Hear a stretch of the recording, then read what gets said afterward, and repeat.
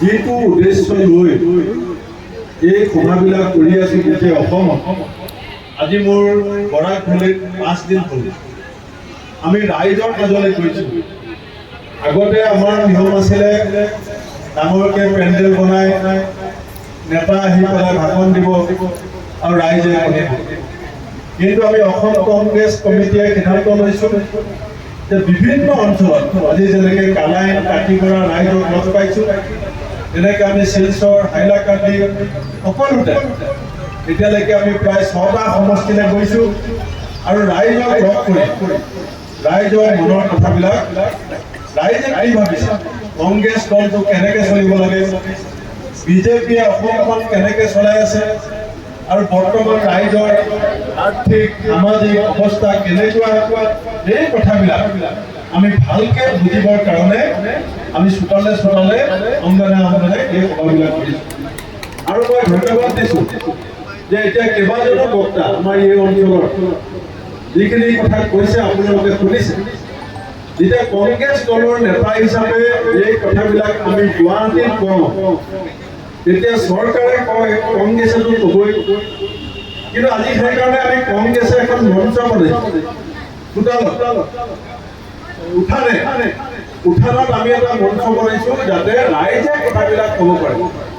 এতিয়া অলপ সময় আগতে মই ওপৰলৈ উঠি গৈছিলোঁ ভিতৰত, আমাৰ গৃহস্থৰ নাম কি আছিলে, সন্দীপ দাস ডাঙৰীয়া, তেখেতে মোক ভিতৰত মাতি দিছিলে।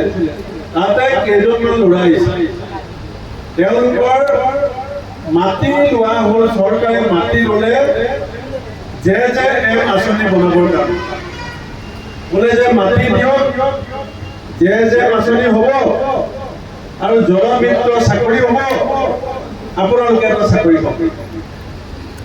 গোটেই অসমত বিভিন্ন দুখীয়া মানুহে নিজৰ ঘৰত পঢ়া শুনা কৰি থকা নিবনুৱা ল'ৰাটোৰ চাকৰি হোৱাৰ আশাত নিজৰ অকণমান মাটি যি আছিলে JJMৰ কাৰণে চৰকাৰক দিলে। এটা আঁচনি গড়ে 2 কোটি টকা খৰচ হৈছে, কিন্তু মাটিৰ নামত চৰকাৰে কাকো পইচা দিয়া নাই আৰু পইচা মাটি মালিকে বিচৰা নাই। কেলে মাটি মালিকে পইচা বিচৰা নাই? যে মোৰ ল'ৰাটোৰ এবাৰ চাকৰি হ'ব। এতিয়া চাকৰি কি হ'ল? 6,500 টকা। মই হিমন্ত বিশ্ব শৰ্মা ডাঙৰীয়াক আহ্বান জনাম যে JJMৰ জলমিত্ৰ চাকৰি আপোনাৰ পৰিয়ালৰ ল'ৰা ছোৱালীক কৰিব দিয়ক, MLA মন্ত্ৰীবিলাকৰ ল'ৰা ছোৱালীবিলাকক কৰিব দিয়ক। যদি JJMৰ জলমিত্ৰ যদি আপোনালোকে চাকৰি দিছে, আপোনালোকৰ পৰিয়ালকো কৰিব দিয়ক। 6,500 টকা এজন শিক্ষিত ল'ৰা বাৰী মাটি চৰকাৰ দি দিলে। কিমান প্ৰতাৰণা চৰকাৰে কৰিছে। আজি বিশ্বনাথ চাৰিআলিত এজন ল'ৰাই আত্মহত্যা কৰিছে, কোনো চৰকাৰী মানুহে কৈ খবৰ নল'লে। 6 মাহ দৰমহা পোৱা নাই, ঘৰ চলাব নোৱাৰে, আত্মহত্যা কৰিছে। হিমন্ত বিশ্ব শৰ্মাই আমাক কৈ থাকে যে অসম এতিয়া উন্নতিৰ পথত আগবাঢ়িছে। কালি মই গৈছিলোঁ ধলাইলে, তাত এখন বাগান, সিদিনাখন গৈছিলোঁ উদাৰ বন্দৰত এখন বাগান, দৰমহা নাই, দৈনিক মজুৰি নাই, আৰু 3 দিন যদি আপুনি ইলেক্ট্ৰিচিটি বিল দিয়া বন্ধ হয়, আপোনাৰ ঘৰৰ লাইন থাকে। আমিতো স্মাৰ্ট মিটাৰ বিচৰা নাছিলোঁ। আমাৰ আগৰ যিটো মিটাৰ খৰচ আছিল আমাৰ সেইটোৱে ঠিক আছিলে। আমি বিচাৰিছোঁ খোৱা পানী দিব নোৱাৰে। আমি বিচাৰিছোঁ বস্তুৰ দাম কমাই দিয়ক, বস্তুৰ দাম কমাই দিব নোৱাৰে। আমি বিচাৰিছোঁ ইলেক্ট্ৰিচিটি বিল কমাই দিয়ক, বিল কমাই দিব নোৱাৰে। মেডিচিনৰ দাম 3 গুণ বঢ়াই দিলে। গেছ চিলিণ্ডাৰৰ দাম কংগ্ৰেছৰ দিনত 420 টকা আছিলে, এতিয়া 2 গুণতকৈ বেছি বঢ়াই দিলে। কিন্তু আমাৰ মাথাৰ ওপৰত জবৰদস্তি স্মাৰ্ট মিটাৰ লগাই লাইটৰ বিল 3 গুণ কৰি দুখীয়া মানুহক লুণ্ঠন কৰা এই চৰকাৰী কামবোৰ। সেইকাৰণে মই ভাল পাইছোঁ যে যিবিলাক কথা মই ভাবি আহিছিলোঁ আপোনালোকে ইয়াত মিটিঙত কৈছে। আজি এই বিজেপি চৰকাৰ, কালি এজন মানুহ ৰাতি ঘৰৰ ওচৰত থাকে, USTMৰ চেঞ্চেলৰ মেহবুব হক ডাঙৰীয়া, মই বহুত দিনৰ পৰা দেখিছোঁ বহুত কষ্ট কৰি আজি এখন মেডিকেল কলেজ খুলিছে, এখন ইউনিভাৰ্চিটি খুলিছে। আজি 30 বছৰ এজন মানুহে সংগ্ৰাম কৰি আছে, কোনো মানুহে বদনাম দিব নোৱাৰিব। এজন ইউনিভাৰ্চিটি চেঞ্চেলৰ পলাই যাব লাগিব। পুলিচে কেতিয়া এৰেষ্ট কৰে যদি মানুহজন পলাই যায়? সুপাৰী চিণ্ডিকেটৰ লাগি থকা মানুহক বিজেপিয়ে এৰেষ্ট কৰিব নোৱাৰে। সুপাৰী চিণ্ডিকেটৰ মানুহক এৰেষ্ট কৰিব নোৱাৰে। কয়লা চিণ্ডিকেট অপেন চলাই আছে, এৰেষ্ট কৰিব নোৱাৰে। ৰাস্তাত গাড়ী ৰাখি গুণ্ডাগাৰ্দি টেক্স লৈ আছে, চৰকাৰে কোনো ব্যৱস্থা ল'ব নোৱাৰে। গুৱাহাটীৰ দিনদুপুৰত 5জনী ছোৱালী হত্যা হ'ল, এজন মানুহক পুলিচে গ্ৰেপ্তাৰ কৰিব নোৱাৰে। কিন্তু তেওঁৰ অপৰাধ কি? তেওঁ মুখ্যমন্ত্ৰীৰ কোনো সহায় নোহোৱাকে অকলে অকলে সংগ্ৰাম কৰি ইমান ডাঙৰ কলেজ ইউনিভাৰ্চিটি কেনেকৈ খুলিব? সেই কথা তেওঁ সহ্য কৰিব নোৱাৰে। আজি আমাৰ যিবিলাক মৌলিক সমস্যা, ইলেকশ্যনৰ সময়ত বিজেপিয়ে কি কৈছিল যে অংগনবাড়ী চাকৰি নিয়মীয়া হ'ব, কৈছিল নাই? আশা কৰ্মী চাকৰি নিয়মীয়া হ'ব, গাঁওবুঢ়াৰ দৰমহা বৃদ্ধি হ'ব, নেটৰ টিচাৰ, কম্পিউটাৰ টিচাৰ, জলমিত্ৰ চবৰে চাকৰি হ'ব। এতিয়া তেওঁলোকে সেইবিলাক কাম কৰিব নোৱাৰে আৰু সেই কামবিলাক তল পেলাই ৰাখিবৰ কাৰণে তেওঁলোকৰ এতিয়া মেইন কাম কি? হিন্দু মুছলমান।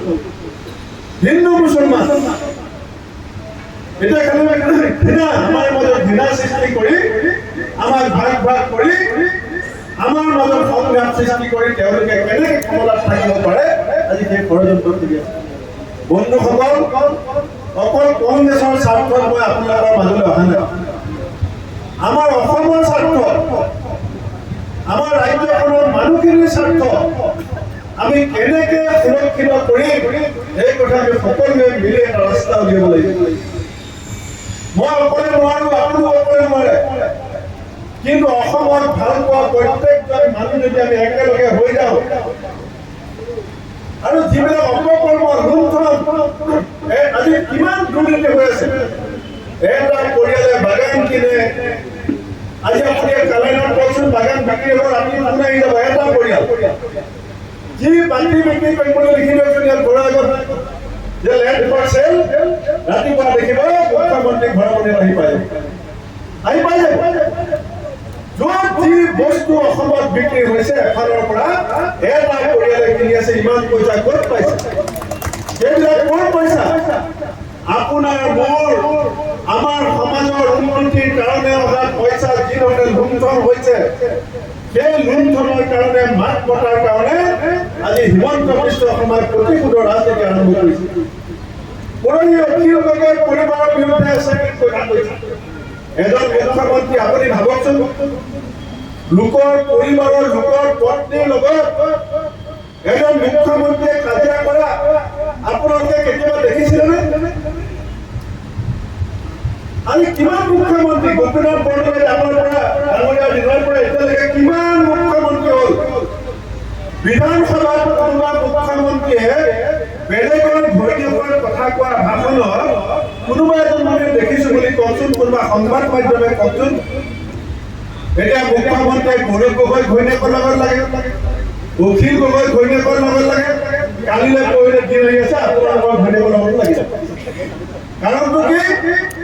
কাৰণ আছে মোৰ ঘৰত যিমান বেয়া কাম হয় তোমালোকে চকুত কাপোৰ বান্ধি থাকিব লাগিব, তোমালোকে কাণ বন্ধ কৰি থাকিব লাগিব। তোমালোকে যদি মোৰ ঘৰৰ বেয়া কাম দেখা পোৱা, মোৰ ঘৰৰ বেয়া কাম যদি কোৱা, তেতিয়া মই তোমালোকৰ ঘৈণীয়েককো সদায় নেপাম।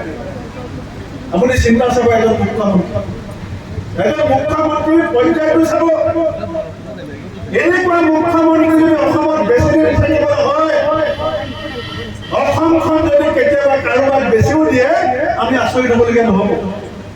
তেওঁ গ্ৰাহক পোৱা নাই মুখ্যমন্ত্ৰীয়ে, যদি ভাল গ্ৰাহক পাই যায় এই মুখ্যমন্ত্ৰীয়ে অসম বেচিবলৈও কুণ্ঠাবোধ নকৰিব। সেইকাৰণে বন্ধুসকল, আমি আমাৰ ৰাজ্যখন বচাব লাগিব। আমাৰ মিলা মিছা, শান্তি, সম্প্ৰীতি, ভাতৃত্ববোধ বচাব লাগিব। আমাক শংকৰদেৱে কি কৈছিলে? আমাক শংকৰদেৱে শিকাইছিলে, আমি শংকৰদেৱক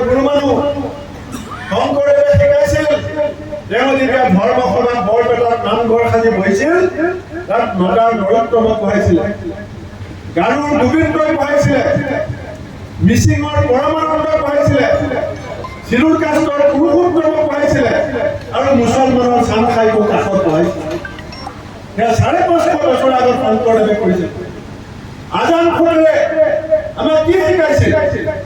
আজান খোৰেৰে আমাক শিকাইছিল যে মোৰ মনত ভিন ভাৱ নাই, অ আল্লাহ, মোৰ মনত ভিন ভাৱ নাই, হিন্দু কি মুছলমান একে আল্লাহ ফৰমান, মোৰ মনত ভিন ভাৱ নাই। আমি আজান খোৰেৰে কথা শুনিম, আমি শংকৰদেৱৰ কথা শুনিম, নে আমি হিমন্ত বিশ্ব বিজেপি RSSৰ কথা শুনিম? সেই কথাকে সকলোৱে মিলি সিদ্ধান্ত ল'ব লাগিব। কবি গুৰু ৰবীন্দ্ৰনাথে গানত লিখিছিল, আমাৰ ডক্টৰ ভূপেন হাজৰিকাই গানত গাইছিল যে কিছু ল'ব লাগে, কিছু দিব লাগে, জীৱ যাবলৈ হ'লে মিলিব লাগে, মিলাব লাগে। ৰবীন্দ্ৰনাথে আমাক মিলি থাকিবলৈ কৈছে, আমাক মিলাবলৈ কৈছে, কিন্তু হিমন্ত বিশ্বৰ কথা কি? হিন্দু আৰু মুছলমানৰ মাজত যুঁজাই দিয়া, SC ST মাজত যুঁজাই দিয়া, চবকে কাজিয়া লগাই দিয়া আৰু কাজিয়া লগাই পেলাই তুমি শাসন কৰি থাকা।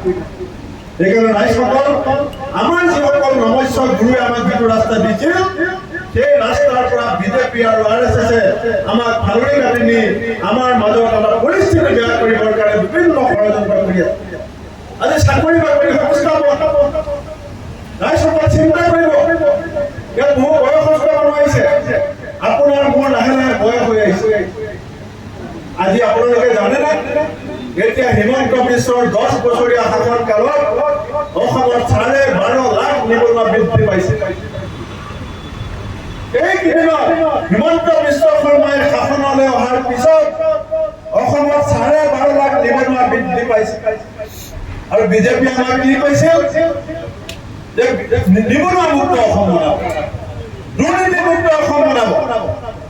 যেতিয়া হিমন্ত বিশ্ব শৰ্মা কংগ্ৰেছত আছিল, সৰ্বানন্দ সোণোৱালে কিতাপ উলিয়াইছিল যে সাৰদা লুইচ বাৰ্জাৰ কেলেংকাৰী তদন্ত হ'ব, হিমন্ত বিশ্ব শৰ্মাক গ্ৰেপ্তাৰ কৰা হ'ব।